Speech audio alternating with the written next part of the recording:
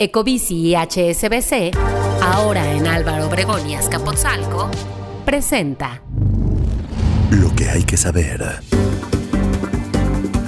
El gobierno de Andrés Manuel López Obrador construye solo 2 hospitales con lo que obtuvo del avión presidencial. También México va sin un rumbo claro en la carrera por ampliar la infraestructura de recarga y la gentrificación sube las rentas 118% en 9 colonias de la capital. Es viernes 1 de diciembre, yo soy Gonzalo Soto y esto es Expansión Daily. Esto es Expansión Daily. Lo que hay que saber. Lo importante del día con los editores de Expansión. Expansión Daily. Lo que hay que saber. Bienvenidos. Bienvenidos a un episodio más de Expansión Daily y les recuerdo que también estamos en YouTube, así que si ustedes son fans de esta plataforma nos pueden encontrar ahí. Y hoy me acompaña Javier Morodo, inversionista y creador de La Revolución de la Riqueza, de este magnífico podcast. ¿Cómo estás, Javier? Querido Gonza, muy bien, muy contento de estar aquí con ustedes y comentar las noticias. Se va a poner bueno. Se va a poner bueno porque además con Javier cada vez que tenemos una charla hay puntos a favor, puntos en contra, entonces se pone muy sabroso esto. Pero pues, ¿qué te parece, mi querido Javier, si nos arrancamos con la primera nota? Porque el gobierno de Andrés Manuel López Obrador ha construido solamente 2 hospitales con lo del avión presidencial. Esto 7 meses después de que pues finalmente se pudiera vender esta aeronave que se adquirió en la época, digamos, de Peña Nieto. Y bueno, son solamente 2 unidades hospitalarias en Guerrero y Oaxaca. Y creo yo, Javier, es justo este tipo de información las que luego a la gente le da coraje y dicen, ¿y todo para qué? ¿Y todo para qué? Ojalá que nos pudiéramos enfocar en las cosas importantes. Estos son buenos para los titulares, pero no mueven la aguja. Hay cosas más importantes que deberíamos estar atendiendo. Sí, hablamos de que ya pasaron 3 años de la rifa del avión y no tenemos claridad del destino final de los 1,823 millones de pesos que se obtuvieron por la venta de los 3.6 millones de cachitos. Yo todavía me acuerdo cuando los andaban repartiendo, Javier. ¿Tú todavía compraste alguno? Confiésalo aquí. No, la verdad no. Y la verdad no, también un poco en esta animadversión de quitarnos este velo de los ojos y de verdaderamente hacer que nuestros políticos trabajen. Las cosas son importantes y dejen de hacer comerciales. Y bueno, de esta lana, solamente, como les mencionábamos, de acuerdo con la información de nuestra colega Dulce Soto, solamente se iniciaron la construcción de 2 hospitales con 90 camas. Uno está en Tlapa, Guerrero. Qué bueno que está en Guerrero ahora con tanta necesidad que tienen tras Otis. Y el otro está en Tuxtepec, Oaxaca. El organismo público IMSS Bienestar es el que estará a cargo de estos hospitales. Pero de nuevo, aquí tanto se prometió, tanto estuvimos batallando con el tema del avión presidencial, que ahora que finalmente se tienen, entre comillas, los recursos, a mí me parece muy poca cosa, 2 hospitales de 90 camas, Javier. No sé tú qué opinas al respecto. Pues sin lugar a dudas, yo creo que, como lo he mencionado, pues hay que enfocarnos en lo importante y dejarnos de las cosas que hacen los titulares y dedicarnos en serio a las cosas que sí van a mover la aguja en el país. Hay muchísimos retos, oportunidades, ojalá que estuviéramos apoyando más al estado de Guerrero, como bien mencionabas, en temas que probablemente le puedan también ayudar a recuperarse esa región tan golpeada. Pero bueno, Javier, vamos a cambiar de tema porque México, estamos hablando de autos eléctricos, estamos ante una urgencia climática en la que la industria automotriz ha dicho, bueno, la electrificación es una de las salidas. No obstante, y no sé si sea también tu caso, a mí todavía me detiene adquirir un auto eléctrico porque no tengo ni idea qué demonios voy a hacer si se me acaba o se me empieza a bajar la batería a niveles críticos por las calles de nuestro país. Totalmente. Yo creo que una de las grandes o de los grandes retos que existe hacia adelante es todo el tema de infraestructura, ¿no? Todo el tema de infraestructura, pues que ahorita estamos obligados a hacer desde temas como el nearshoring hasta temas particulares, pues de estas nuevas tecnologías que están siendo una realidad en todo el país. Entonces yo creo que ahí la gran oportunidad también está del lado privado, ¿no? A veces se señala mucho al gobierno, pero yo creo que también del lado privado podría venir apoyo para poder generar esta infraestructura instalada y poder también resolver estos problemas que nos van a presentar estos avances tecnológicos. Tú tienes muchas conversaciones con inversionistas, con emprendedores, Javier. ¿Ves apetito de ellos para invertir en la infraestructura eléctrica para autos? Pues a ver, yo creo que el elephant in the room, ¿no? El elefante o la cosa que de repente no se habla es pues el tema del Estado de Derecho, ¿no? El tema del Estado de Derecho como una de las bases para que más inversionistas vengan a invertir en el país. Pero también por otro lado, pues las oportunidades se magnifican, ¿no? Al final del día, el que no existe ese Estado de Derecho lo que hace es que la variabilidad en el potencial de la rentabilidad de estas inversiones sea mayor. Entonces, pues sí pagarás un riesgo, ¿no? En venirte a instalar, pero por otro lado el retorno potencial es sumamente importante. Hay un par de empresas ya que están haciendo estas inversiones en múltiples puestos eléctricos que están instalando, sobre todo en las principales zonas de las ciudades más importantes del país, y yo creo que se va a dar, nada más simplemente el retorno sobre inversión tiene que ser considerablemente mayor como para poder asumir ese riesgo que implica el entrar al país. Ahorita no estamos todavía ni cerca de eso, ¿verdad? Pues mira, yo creo que hay algunos emprendedores y hay algún par de emprendimientos y de inversionistas que ya están viendo al país con miras hacia este nuevo paradigma, que es una realidad. Y pues como todo, es el típico juego del huevo y la gallina, ¿no? Al final del día, entre más empiecen a haber este tipo de instalaciones, pues más coches eléctricos y viceversa, ¿no? Se empieza a generar un círculo virtuoso que obliga a que se desarrollen las condiciones necesarias como para poder abastecer este mercado. Y esto que mencionabas, por ejemplo, de la parte privada, de la parte del Estado. A ver, en el mercado mexicano hay 1,189 puntos de carga para autos eléctricos, que es una cifra que además no ha experimentado cambios en el último año. Y como, a ver, no nada más tú, sino otros especialistas nos han comentado que sí se requiere que haya esta participación público-privada, pero hasta el momento todavía no se ha establecido con claridad la regla de cómo le van a entrar cada uno. Que eso, siendo honestos, Javier, eso es lo que principalmente te pide un emprendedor, la regla clara, si no, pues cómo le entras, ¿no? Pues sí, desafortunadamente es un poco la realidad del país. Yo creo que pues muchas de estas conversaciones yo esperaría que gente como el gobernador Samuel en Nuevo León, pues también haya tenido con la gente de Tesla, ¿no? Ahora tan sonada esa inversión que se está realizando en el país, porque pues son los temas críticos, ¿no? Que van a permitir que entonces se pueda masificar el tema también, no nada más de la producción, sino del consumo y de la venta de estos coches en México. Entonces yo pensaría que se están ya tejiendo muchas de estas reglas para que se pueda dar esta masificación tanto del lado público como del lado privado, que sin duda es clave. No hay suficientes cargadores. ¿En qué momento la industria también automotriz va a decir, oye, gobierno, o nos ponemos de acuerdo en cómo vamos a poner estas estaciones, o de plano las ventas se van a caer? Estamos hablando de que tan solo en agosto se vendieron 1,386 autos eléctricos, ya triplicó la cifra interanual, es decir, si hay un mercado, o sea, la gente sí está volteando a ver a los vehículos eléctricos como una buena alternativa, pero de nuevo, ¿qué va a suceder cuando digas, puta, yo me quiero ir de aquí a Querétaro y a mitad de camino no tengo un solo cargador? Todavía hoy, bueno, para quienes manejan, es mi caso, suelo manejar a veces con la gasolina ya en la parte roja del indicador, que yo sé que es lo peor, no me regañes tú también, Javier, pero ¿qué pasa con el tema de las baterías? Ese yo creo que sigue siendo, y no sé si se pueda convertir ya en una pared o en un muro así sólido para o infranqueable en el futuro. No sé si a ti te ha detenido. Sí, pues mira, la verdad es que sí complica mucho las condiciones, pero pues sí se está dando aumento en la demanda, ¿no? Sobre todo estos coches eléctricos para traslados cortos, ¿no? Y que puedas regresar a tu casa, en fin, ¿no? Y sobre todo en la clase más alta social, en donde también puedes tener otro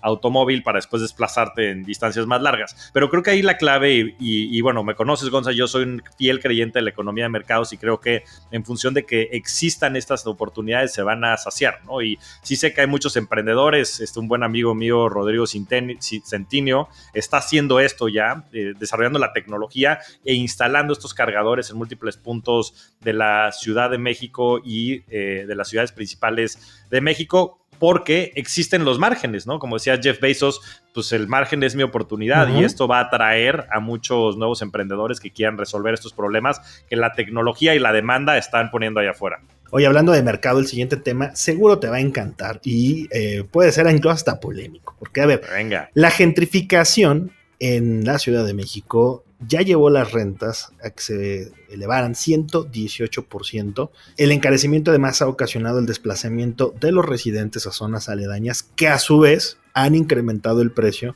de esas zonas a las que se están yendo. Y este es un tema delicado porque si bien es cierto que mucha gente que vivía tradicionalmente les menciono cuáles son. De acuerdo con propiedades.com y esta nota de nuestra colega Diana Zavala, Roma Norte, Roma Sur Condesa, Hipódromo Condesa, Hipódromo Juárez, Cuauhtémoc, San Pedro de los Pinos y Escandón crecieron en el precio del alquiler mensual este año hasta en 118% más respecto al promedio de las alcaldías en las que están, que son Benito Juárez y Cuauhtémoc. ¿Qué pensamos de esto, Javier? Voy a decir algo controversial, pero creo que direccionalmente es cierto y es la manera en la que yo también lo interpreto. Yo creo que eso que está pasando es bueno. Las rentas en la Ciudad de México, específicamente, son extremadamente bajas. Ok. Extremadamente bajas. Si las comparas desde el punto de vista del valor de los inmuebles, Okay. o sea, en un valor relativo, ¿no? Hay una métrica que le llaman el cap rate o el valor de capitalización o la tasa de capitalización, que quiere decir cuánto estás cobrando al año en función del valor del inmueble, ¿no? Entonces, si el inmueble cuesta 100 y tú estás cobrando 5 al año en rentas, estás cobrando el 5% del valor del inmueble. Bueno, estos datos, si nos vamos atrás 20 años, estaban al 10, 12%. De hecho, había como una regla de dedo que decía que tenías que cobrar el 1% del valor del inmueble al mes, ¿no? Y esa era un poquito la regla del dedo, y te lo digo porque tenía mucha gente a mi alrededor, mis suegros rentaban, y en fin, esa era la inversión de la familia. Ahora, estas tasas en la Ciudad de México están entre el 3 y el 5% del valor del inmueble. Okay. Están en mínimos históricos en cuanto al valor relativo de los inmuebles. Y aquí lo que ha pasado es que el valor de los inmuebles, sobre todo en la última década, subió de manera sustancial y eso hizo que el valor relativo de las rentas contra el inmueble pues fuera cada vez más bajo, ¿no? En términos relativos. Ahora, no se había movido por muchos años ese valor de las rentas en términos prácticos, ¿no? Si te cobraban 10,000 pesos, pues había quedado ahí o había subido un poquito por la inflación, pero el valor había subido de manera muy importante. Entonces, yo creo que este movimiento, pues si bien está empujado por efectos externos, como es la llegada de los nómadas digitales, está emparejando la cancha en términos relativos de lo que deberían de ser las rentas en el país. En Estados Unidos rentan al 7-8%. Okay. En Estados Unidos, y eso con las tasas de interés en niveles cercanos al 5%. En México, con las tasas al 11%, la verdad es que la gente tendría que estar demente para comprar inmuebles y rentarlos, porque le conviene mucho más agarrar ese dinero, invertirlo en CETES al 11%, que está rentando un inmueble al 3 o al 5%. Entonces, esto lo único que está haciendo es que está emparejando la cancha con la demanda existente y con la oferta existente que hay de viviendas. Entonces, si bien se ha politizado mucho el tema de la gentrificación, yo honestamente creo que simplemente estamos regresando a la media en lo que deberían de ser el valor real de las rentas en la Ciudad de México. A ver, yo por eso les dije aquí, mandé la advertencia de que podía ser controversial, porque además, Javier, a número frío es lo que estás explicando, ¿correcto? O sea, tal cual. A número así pelado, esa es como, digamos, la estructura de las rentas que deberíamos tener en la Ciudad de México. Es correcto. Ahora, ojo, tenemos también la otra parte, digamos, más social, que es no necesariamente los ingresos están equiparados ahorita a la parte del gasto, ¿correcto? Estoy totalmente de acuerdo. Yo te lo estoy explicando desde un punto de vista meramente económico y financiero. Por supuesto que hay una parte social que pues, es muy desgarradora porque tienes este desplazamiento social, claro, pues, de gente que ya no puede seguir viviendo ahí o inclusive gente que se ve obligada a moverse, pues inclusive teniendo los mismos inmuebles. Pero ve, si lo vemos de manera objetiva también, pues alguien que tuviera un inmueble ahí, que son inmuebles, o sea, estas zonas que mencionas pues son zonas históricas de la Ciudad de México, pues también podrían vender estos inmuebles y entonces tener tal vez mayor calidad de vida porque tienen pues entonces un mayor patrimonio en otras áreas de la ciudad en donde también ellos pudieran capitalizarlas, ¿no? Como te digo, yo soy un fiel creyente de los mercados, entonces también mi racional va mucho en temas económicos y financieros. La parte social, pues desafortunadamente a veces es una consecuencia de todas estas variables. Mucho de esto además también ha sido el tema de los aumentos en las rentas provocado por el tema de los nómadas digitales. Extranjeros que están llegando a México que perciben nuevamente el tema de los ingresos son mayores y a partir de ahí es que se están elevando el costo de la vivienda media. Si se revirtiera este fenómeno por alguna razón, ¿ves el efecto contrario? Es decir, que eventualmente pudieran regresar a un nivel menor. Pues yo pensaría que no, porque también lo que está sucediendo alrededor de estas zonas es que, pues sí, los nómadas digitales han venido a empujar todo hacia arriba, pero eso también ha generado, digamos que una demanda interna ya en estas zonas específicas que ha mejorado la calidad de vida, ¿no? Entonces los comercios también están cobrando más y demás. La misma gente, es más, los niveles de seguridad aumentan por este mismo efecto y la gente inclusive local que está yéndose a vivir, pues es gente que tiene otro nivel socioeconómico. Entonces digamos que están transformando desde desde mi punto de vista, todo ese ecosistema en cada una de estas distintas áreas de la ciudad. Y eso va a empujar de manera, desde mi punto de vista, un poco permanente el nivel de vida hacia arriba. Javier, en otro tema, los ingresos tributarios y petroleros de nuestro país se quedaron abajo de sus metas en octubre. Los ingresos totales del sector público fueron 123,070 millones de pesos menores a lo programado para el periodo enero-octubre, de acuerdo con la Secretaría de Hacienda. Ojo con esto, ya lo digo, en otras ocasiones lo hemos platicado, Javier, la importancia de las reformas que no se han querido hacer en temas tributarios. Hay menos lana del gobierno, tenemos todavía gastos importantes. ¿Qué va a pasar con la siguiente administración? Pues mira, qué buen tema, Gonza, y justo lo hemos venido platicando. Yo creo que por un lado ya no podemos seguir dependiendo del petróleo, o sea, eso pues es del ayer, y México tiene que consolidar su posición competitiva a nivel global en otras muchas áreas. Existen pues todo este tema que venimos platicando, el nearshoring, y otras muchas oportunidades en donde podemos reposicionarnos como país para poder generar ventajas competitivas y también reforzar la demanda interna, ¿no? Yo creo que ese es el otro gran oportunidad que existe ahora en esta coyuntura que estamos atravesando. Y como dices, ¿no? Yo creo que tú conoces más bien el tema, ¿no? Todo el tema de las reformas tributarias. Pues más bien, ¿qué opinas tú? ¿Qué deberíamos de hacer desde un punto de vista tributario para poder recaudar más? Una reforma, tal cual. O sea, sí nos hace falta volver a ponerle ojo al tema de los ingresos, al tema del gasto también. Es importante también encontrar en dónde están las áreas de oportunidad de, digamos, cerrar algunas brechas en algunas tasas, cerrar, digamos, tasar correctamente algunas de las actividades económicas, pero en términos generales también replantearnos el gasto público, cerrar los espacios de la evasión, de la elusión fiscal. En fin, es una tarea importante. Aquí lo grave, Javier, estarás de acuerdo conmigo, es que estar por abajo de lo programado ya en una proporción como 123,000 millones de pesos, cuando todavía la administración tiene programas costosos y nada más en terreno, digamos, de programas sociales, también en el tema de obras de infraestructura, causa, digamos, hace mucho ruido esto. Totalmente, y si quieren también recaudar más, pues la solución es digitalizar el dinero. Mucha de la informalidad se da en el dinero en efectivo y eso no se puede controlar. Entonces, también a nivel táctico, después de que resuelvan la parte estratégica con la reforma, creo que hay muchas maneras de implementar esto y poder recaudar más. Pero bueno, estoy totalmente Ofréceles tus servicios, Javier, allá a la gente del gobierno en la parte de digitalización de dinero. Bueno, pues aquí estamos para los de la administración actual y futura. Búsquenme. Oye, Javier, pues vámonos ya con esta información, porque no todos son malas noticias. Aquí en el Daily nos gusta cerrar la semana y todos los días con buena información, y la siguiente está muy buena. Aunque a veces parezca, no todo está perdido. Y ahí te va, Javier, porque la tasa de desempleo en México disminuyó y ya se colocó en 2.7% en octubre. El INEGI detalló que en comparación mensual, durante octubre la tasa de desocupación disminuyó 0.1 puntos porcentuales. Una buena noticia que haya mexicanos trabajando, es una buena noticia que el mercado laboral tenga este dinamismo. Sin duda, qué bueno que cerremos siempre con la nota positiva. Yo creo que pues ya muy cercano al pleno empleo, y esto también pues refuerza mucho del rumbo del país y del potencial que tenemos. Yo creo que las cosas se pueden poner todavía mejor, ¿no? Si se dan un par de estos cambios estructurales que mencionas, ciertas reformas, y podemos capitalizar mucho del contexto externo, que sin duda es positivo. Entonces, qué bueno que existan estas buenas noticias. Nada más antes de partir, ya la población económicamente activa, la PEA en México, alcanzó los 61.1 millones de personas de 15 años y más, con una tasa de participación de 60.5% nada más. Javier Morodo, muchas gracias por habernos acompañado en esta edición de Expansión Daily, ya de viernes, cierre de semana e inicio de mes, el último del año. Muchas gracias, Gonza. Siempre disfruto mucho estas conversaciones, y un gran saludo a todos y que tengan un grandísimo fin de semana. Muchas gracias a Javier. De verdad, no se pierdan, escuchen su podcast porque es verdaderamente extraordinario, La Revolución de la Riqueza. Muchas gracias, Javier. Gracias, Gonza. Saludos. Y recuerden que toda la información sobre estos y otros temas están disponibles en expansión.mx, y leemos sus comentarios en las redes sociales de Expansión, @expansiónmx. Nos escuchamos el lunes.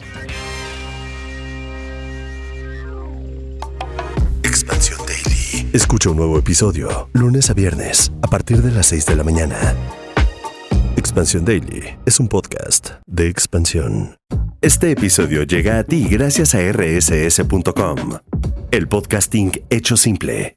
Ecobici y HSBC, ahora en Álvaro Obregón y Azcapotzalco, presentó.